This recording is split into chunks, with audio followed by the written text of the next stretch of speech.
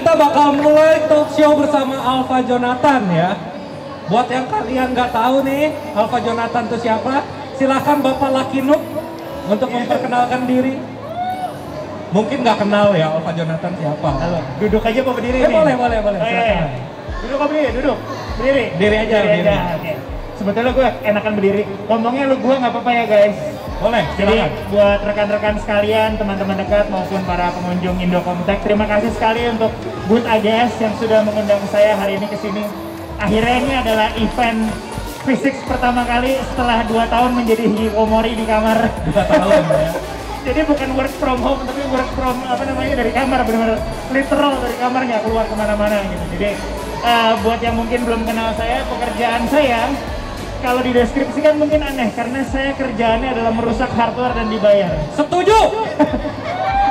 Sorry, mencoba merusak hardware. Setuju. Kemudian dibayar. Adalah musuh para stiker garansi. Gak salah.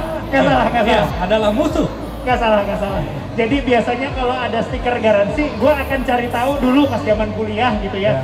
Gimana caranya bikin stiker garansinya bisa diangkat tanpa rusak. Betul. Karena saya masih melakukannya sampai sekarang. Wah parah. Demi mendapatkan barang baru. Ya tapi itu dulu. Ya. Untungnya kalau kita bicara spesifik untuk teknologi overclocking yang ada zaman sekarang, hardware zaman sekarang itu sulit sekali sampai dibikin mati blast gitu. Ya. Karena sudah banyak proteksinya.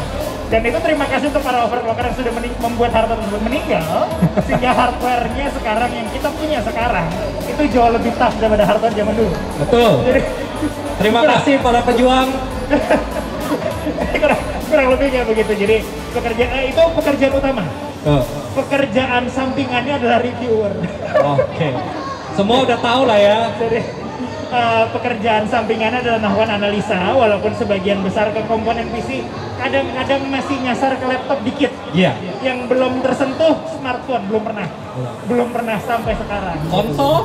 Konsol sedikit yang jadi Pernah, problem. sedikit. Analisis konsol itu kita butuh susah banget untuk frame rate capture segala macam itu susah banget. Itu kelas-kelas Digital Foundry yang ngejain.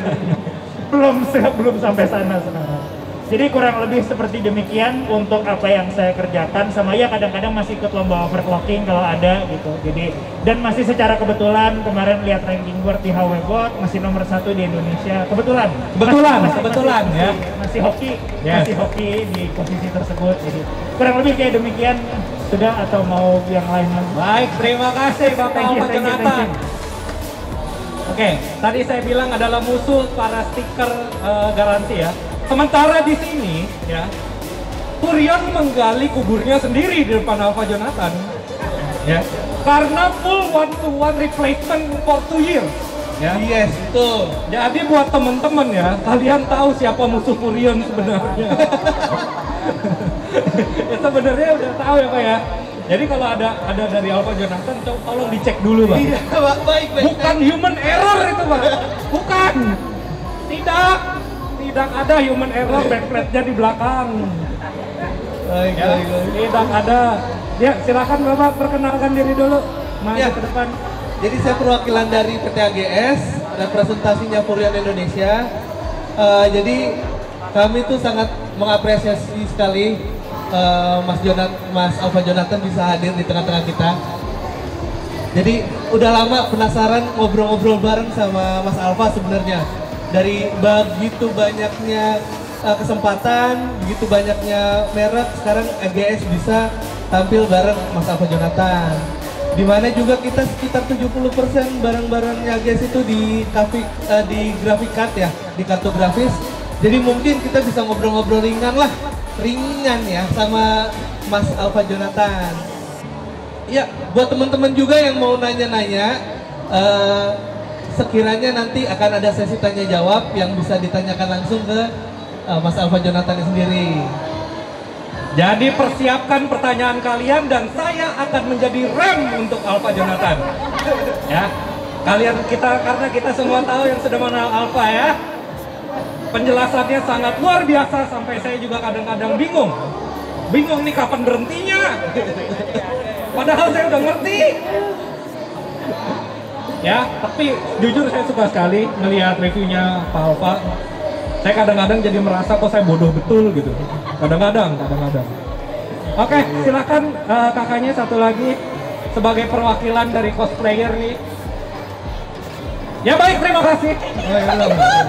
Kenalkan, saya Risa Eka. Saya di sini apa ya? Cosplayer. Freelancer. Iya, freelancer cosplayer. Soalnya kan gak ikut komunitas. Ya. Salam kenal. Siapa tahu mungkin bisa next time ketemu di event di Jepang atau event yang lainnya. Oke. Jadi di sini cosplayer adalah sebagai apa teman-teman? Nah betul, pemanis ya. Jadi ya kadang-kadang kita butuh pemanis di hidup ini. Oh, hidupnya terlalu pahit ya? Hidupnya terlalu pahit Bu, kadang gini-gini. Gitu ya? Boleh, silakan. Terima kasih Kak Risa. Oke. Mau kita mulai yang berat dulu nggak nih? Iya. Jadi apa itu overclock? Ya enggak. Bercanda. Jangan. Oke. Kita mau kasih lihat nih kartu grafisnya nih. Teman-teman ini apa? PGA. Ya. Udah pada tahu ya? Ya, udah pada tahu. Ada yang mau? Bayar. Ya, kasir sebelah situ tuh. Bayar, sebelah kasir sebelah situ. Nah, buat yang mau nih, gue ingetin ke kalian, kalau misalnya kalian masih di sini, bakalan ada flash sale. Gue jual PGA seri di atas ini dengan harga mulai dari 10 juta. Gue kasih tahu, ini 3060 Ti. Bocorannya gitu ya? Gue jual bocorannya. yang di atas ini serinya, Yes. dimulai dari 10 juta. Tungguin jangan kemana-mana, stay di Untuk tempat. naiknya, apakah ini lelang? Sayang sekali teman-teman sekalian, bukan. Jadi gue bakal menjual PGA seharga 10 juta. Tapi kalau misalnya ada yang mau menandingi, silahkan. Tapi balik lagi, ini bukan lelang. Oke, karena kita lihat di sebelah situ juga ada AMD Radeon, yaitu yang Sakura Edition. Itu yang 6800 ya? 6800 ya. Yeston 6800 XT ya. Nah, itu kawan-kawan, kalau misalnya kalian tahu, misalnya kalian ada yang main Genshin Impact di sini ada ya. Tahu lah ya istilahnya wangi-wangi. Ya, tahu. Ini VGA-nya wangi beneran. Ketika ini VGA kalian buka dan kalian masuk beneran wangi. Beneran ada. Halo, apa kabar? Ada yang nyasar. Oh iya, silakan ada yang lewat yang adik.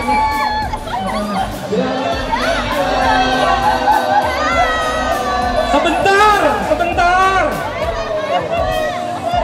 Kenapa saya nggak dapet? Nggak ada suara FBI wibu-wibu. Nggak.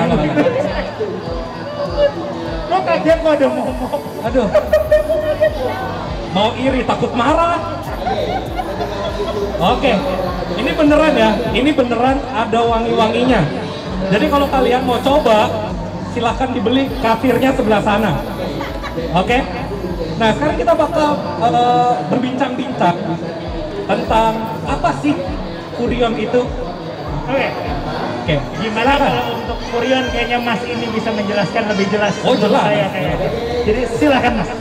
Terima kasih Mas Alfa. Jadi VGA Furion memang dikenal di awal peluncurannya itu di VGA yang late atau generasi sebelumnya.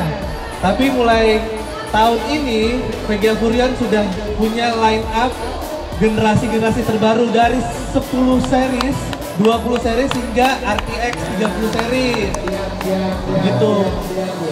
Nah, Dan di saya ini ada yang terbaru dari Furion yaitu Frostime GeForce RTX 3060 Ti yang Mas Alfa sendiri udah cobain dan udah uji sendiri di lab khususnya Mas Alfa. nah, itu yang mesti kita bahas ke depannya ya. Iya. Nah, tapi aku mau nanya nih, apa sih bedanya Furion itu sama merek-merek yang lain? Nah, jadi merek Furion itu sendiri adalah merek buatan karya anak bangsa. Karya anak bangsa lokal Betul. ya. Jadi locally pride Local dari Indonesia. Dan barang-barangnya ini juga kita generate, kita riset sendiri dengan kebutuhan pasar. Tapi memang assembly dan pabriknya masih di negeri sana. Hai. Tapi ini benar-benar lokal pride ya. Yes. Nah, pertanyaan dari siapa namanya? Kamu. Nah, dia dia nanya tadi katanya. Oke. Local price itu artinya harganya lokal nggak? Kita usahakan harganya lokal dan interlokal. Amin. Ya, amin. Pokoknya kalau harganya lokal kita amin ya. Nah, sekarang saya mau nanya nih berikutnya. Untuk teman-teman di sini, semuanya pada punya PC gaming atau punya laptop gaming, ya? Karena kebetulan saya punya, mau nyombong aja.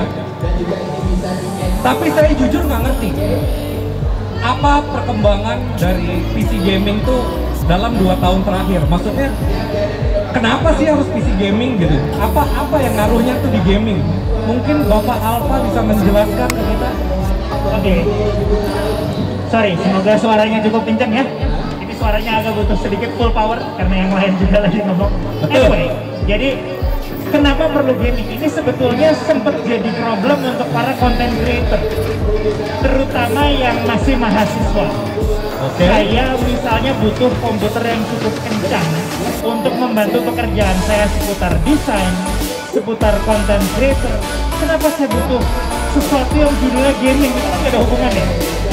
Kenapa gaming? Jadi kenapa nama gaming ini nempel sampai hari ini di sebuah PC dan itu menjadi sesuatu yang kayak spesial? Karena gaming itu merepresentasikan sebuah workload, sebuah skenario di mana mereka membutuhkan sebuah komponen, entah itu graphic card, entah itu prosesor, entah itu memori yang segitunya powerful. Jadi sekarang kita sebetulnya bisa bilang bahwa sebuah PC gaming itu merepresentasikan kasta tertinggi istilahnya dari sebuah komputer di mana itu bisa digunakan untuk melakukan berbagai melakukan berbagai pekerjaan, tidak cuma gaming. Jadi saat kita bicara PC gaming, mungkin yang ada di kepala kita adalah PC yang punya prosesor dan GPU kencang istilahnya kayak gitu. Jadi itu makanya kenapa teknologi seputar gaming itu juga jadi menarik. Karena sejujurnya kalau kita boleh bicara soal history 2 tahun terakhir gitu ya. 2 tahun terakhir itu adalah perkembangan GPU, spesifik graphic card. Kita punya graphic card dengan arsitektur paling advance selama beberapa tahun terakhir. Dimulai dengan RTX 30 Ampere. Itu adalah arsitektur NVIDIA paling kuat saat ini, dan juga graphic card waktu itu nggak lama, berapa bulan setelah RTX 30 disusul dengan RDNA 2 Radeon. Itu adalah jadi RX 6000 dan RTX 30 series saat kita ngomong sekarang itu adalah arsitektur grafis yang paling kencang yang ada sekarang. Yang jadi problem 2 tahun terakhir kita ketemu pandemi, kita ketemu chip shortage, dan kita ketemu cryptocurrency yang harganya to the moon. Ini semua membuat graphic card itu jadi nggak segitunya available dan jadi sulit untuk dijangkau. Itu yang akhirnya membuat perkembangan teknologi selama kurang lebih 2 tahun ini agak sedikit terhambat. Untungnya, gue nggak bilang sekarang kita sudah ada di era dimana graphic cardnya harganya MSRP, mungkin belum, tapi udah ada indikasi kelihatannya mau ke arah sana gitu. Thanks to cryptocurrency yang saat gue ngomong sekarang ambruk dan semoga nggak naik lagi. Gitu. Semoga nggak naik lagi. Gitu. Jadi kurang lebih kayak begitu. Kalau kita bicara soal graphic card dan teknologi yang paling menarik, sebetulnya bagi gua pribadi itu ada 2. Yang pertama adalah perkenalan teknologi ray tracing, terutama untuk visual. Walaupun ini sebetulnya pro dan kontra, karena buat teman-teman yang main game di sini, kita dari misalnya 100 game yang rilis gitu, mungkin cuma segelintir game yang betul-betul menggunakan ray tracing sampai mengubah visual. Control misalnya. Kemudian apa lagi? Ada yang main Minecraft RTX nggak? Minecraft RTX. Kemudian kayak Metro Exodus dan Watch Dogs Legion. Belum banyak, tapi kita lihat beberapa use case sekarang di mana ray tracing itu menjadi teknologi yang segitunya exciting. Problem dengan ray tracing adalah kebutuhan komputasi yang nggak sedikit. Jadi graphic card yang kita butuhkan, istilahnya dari kelas biasa gitu, untuk ray tracing kita butuh kelas sultan istilahnya. Itu yang jadi istilahnya jadi problem sekarang. Jadi ini adalah hal yang menarik karena ray tracing sudah didukung sama RTX 30 series dan RDNA 2 RX 6000 series. Tapi game yang istilahnya memberikan visual begitu menarik itu belum segitunya banyak, tapi itu menunjukkan potensi ray tracing. Teknologi kedua yang menurut gua sangat menarik untuk konsumer itu upscaling. Upscale. Ini mungkin banyak jarang dibahas, tapi akhirnya karena 2 tahun terakhir ini kan kita terpaksa pakai graphic card lama, bener nggak? Betul. Kita harus pakai, siapa yang graphic card masih 10 series? Kita 10 series. Saya dengan bangga masih punya Pascal 1080 Ti.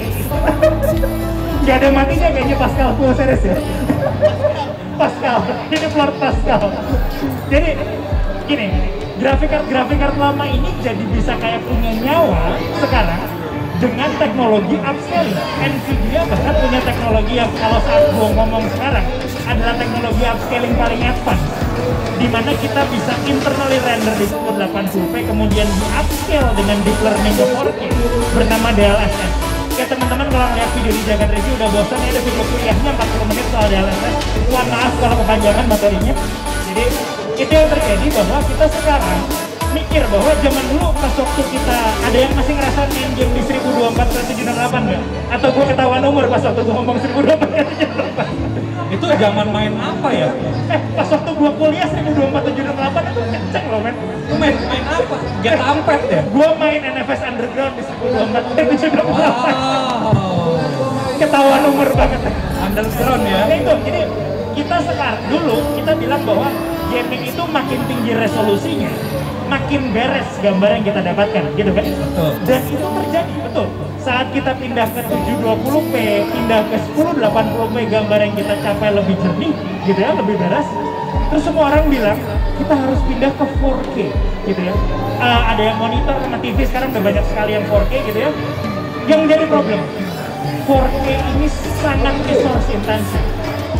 Semua orang bilang, kita butuh 4K, tapi beberapa game developer bilang, gimana kalau kita sebetulnya nggak butuh 4K, kita butuh sesuatu yang menyerupai 4K. Jadi bisa nggak kita mengembangkan sebuah algoritma untuk memproses gambar nggak seberat pixelnya di 4K, tapi gambar menyerupai 4K. Itu salah satu fungsi teknologi upscaling seperti DLSS yang diberikan Nvidia. Kurang lebih kayak begitu. Jadi yang mereka lakukan adalah, kan orang-orang butuh gambar menyerupai 4K dan mungkin di jarak pandang tertentu nggak segitunya kerasa. Jadi gimana kalau kita tingkatkan frame rate-nya dengan menggunakan istilah grafik card, turunin resolusinya kemudian di upscale dengan AI. Itu salah satu teknologi upscaling Nvidia. DLSS itu ada di RTX 30 series. Ada di RTX 30 series DLSS gitu ya. Mungkin teman-teman di sini nggak kenal juga. Nah, AMD bilang sama Nvidia bilang bahwa teknologi ini dihasilkan menggunakan AI atau deep learning gitu kan, dan butuh unit khusus. Akhirnya kita butuh RTX series. AMD Radeon punya solusi lain. Mereka bilang kita bisa kok upscale nggak pakai AI. Yang jadi problem di sini adalah butuh game-nya yang support hal tersebut, bukan graphic card-nya istilah. Jadi butuh dari gamenya untuk implementasi upscaling tersebut sehingga kita dapat kualitas gambar prima gitu, tapi nggak butuh istilahnya pixel processing power segitu jauhnya. Jadi itu yang terjadi. AMD punya namanya FSR. AMD punya namanya FSR, dan untuk graphic card RDNA 2 Radeon RX 6000 series, di drivernya mereka punya yang kita sebut dengan RSR, Radeon Super Resolution. Jadi dua teknologi itu, jadi DLSS dan juga FSR atau RSR, yang membuat gua di sini merasa bahwa ini teknologi yang exciting sekali karena bisa membuat graphic card yang tua kita jadi somewhat useful. Somewhat useful. Iya, aku bilang somewhat useful karena penggunaannya terbatas. Kita nggak bisa upscaling dari 540p ke 1080p, berat sekali ngelakuin upscaling itu. Gambarnya mungkin masih akan pecah gitu ya. Tapi misalnya kita upscaling 1080p ke 4K atau upscaling 1440p ke 4K, itu masih bisa dilakukan dengan image quality yang mendekati. Jadi dua teknologi itu menurut saya sangat menarik, RT dan DLSS. RT dan upscaling, ya cuma DLSS. Nama saya Marco, dan saya mau nanya ke pihak Furion. Maaf ya, agak sensitif mungkin. Saya ngeliat bannernya, dia Furion yang berani ngasih garansi Vega full, 1-to-1 replacement, 2 years. Saya cuma mau nanya, ini komitmennya bagaimana? Apakah nanti misalnya case-nya kita beli baru dan kebetulan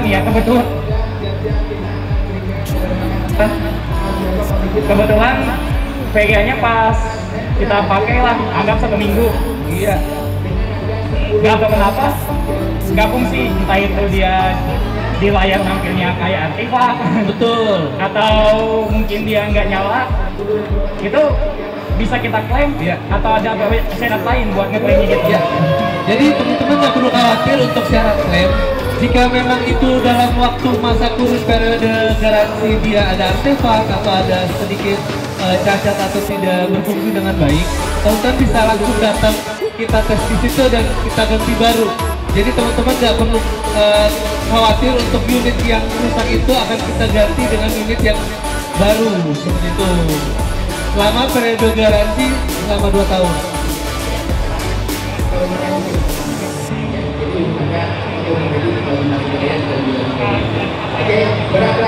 Ya, jadi pertama yang kita cek sebelum klaim itu adalah tanggal pembelian teman-teman ke dealer atau ke toko-toko. Jadi starting dari tanggal itu ditambah 2 tahun ke depan. Itu. Dan VGA Furion juga akan kita cek keasliannya dari segel, packaging, dan juga kartu garansinya. Jadi kalau teman-teman beli VGA Furion resmi di toko-toko teman-teman, itu pastikan ada segel resmi dari AGS dan kartu garansinya dari AGS. Berarti VGA teman-teman itu original, benar-benar merek Furion dari PT AGS Asia Global Supresindo. Siap, terima kasih jawabannya Om. Berarti komitmen banget sama garansinya ya. Oh iya. Gua senang banget soal pertanyaan garansi Mas. Karena memang zaman sekarang gua merasa bahwa garansi itu suatu hal yang tidak bisa dipisahkan dari grafikan. Jadi gua senang banget sama pertanyaan. Thank you untuk pertanyaan. Oke. Ada lagi yang mau bertanya? Oke. Silakan Pak. Ya, selamat malam. Saya mau nanya ke Furion. Nama saya Resmo dari Tangerang. Ya, Mas. Jadi saya mau nanya. Jadi ini kan Furion kan memang brand lokal ya. Lokal Iya, brand ya. betul. Terobosan-terobosan apa aja sih langkah-langkah Furion ke depannya untuk mendapatkan customer di Indonesia sendiri? Mungkin misalkan kayak ngeluarin apa sih namanya versi-versi atau misalkan packaging khusus buat superhero asal Indonesia atau apa segala macam kayak gitu, atau apa sih terobosan-terobosannya gitu aja sih Mas. Terima kasih. Betul. Jadi pertama kita ingin teman-teman gamer di Indonesia bahwa Furion itu punya line up VGA salah satu yang terlengkap, paling banyak. Jadi buat teman-teman dari seri-seri terdahulu sampai seri RTX 3000, teman-teman nggak perlu khawatir, kita Furion punya semua line up di range teman-teman butuhkan, baik dari range harga maupun dari segi performa. Pertama itu, kita salah satu yang paling lengkap di Indonesia. Yang kedua, kedepannya kita berkeinginan pengen banget sih ya VGA Indonesia Furion ini punya edisi-edisi yang edisi khusus spesial superhero ala Indonesia juga.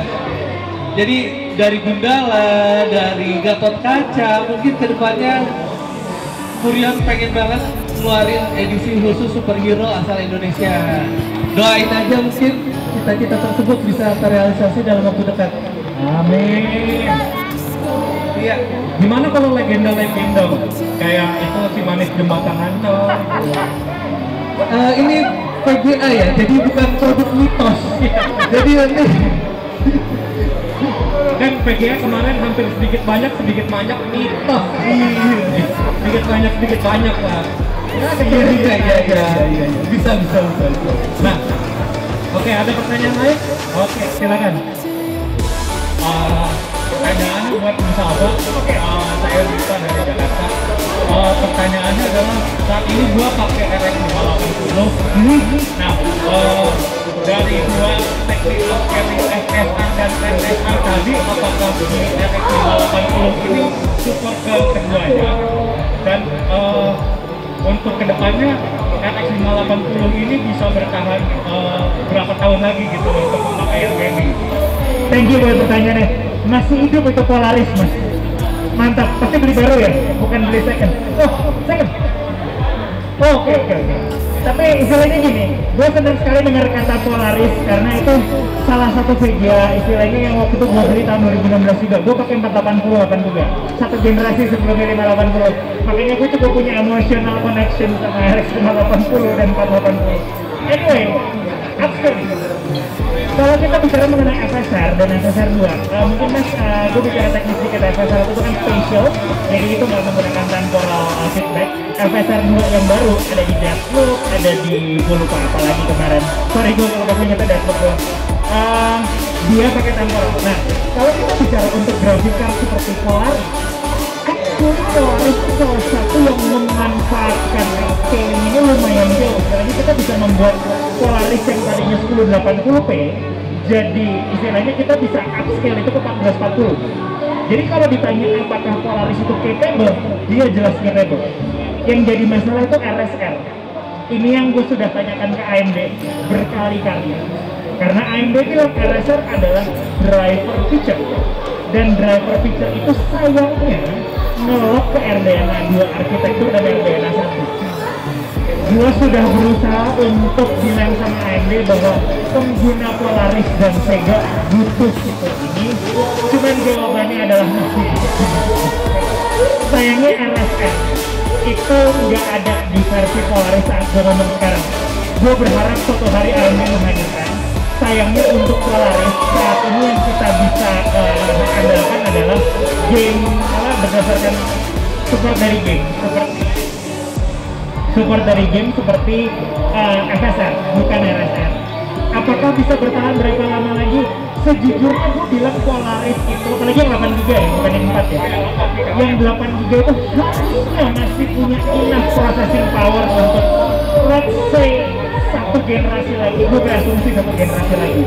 Karena di saat gini, mas tahu pasti Polaris itu ada 2 tier ya, yang 580, yang 570 sama yang di bawah 550, 560, 460. Yang 460 selama 2 tahun ini itu udah berasa banget limitationnya. Tapi yang 580, 480 masih hidup.